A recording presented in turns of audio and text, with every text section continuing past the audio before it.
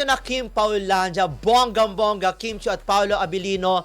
Nako, nasulit na ang pananabik sa inaasahang holiday reveal.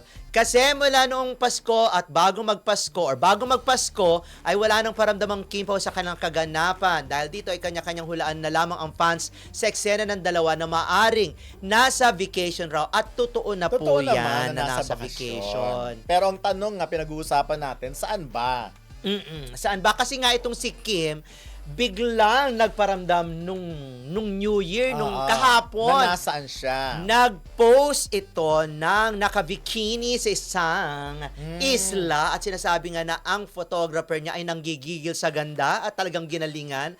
Ang ganda-ganda naman kasi at ang sexy-sexy ni Kim. Talagang inangguluhan ni Paolo Abilino. Ayun, pero new photos ito yun na nga natin, yun ang, kung bagong picture new photos ito, ba ito or throwback photos para lang sabihin ni Kim na eto ako sa susunod na taon.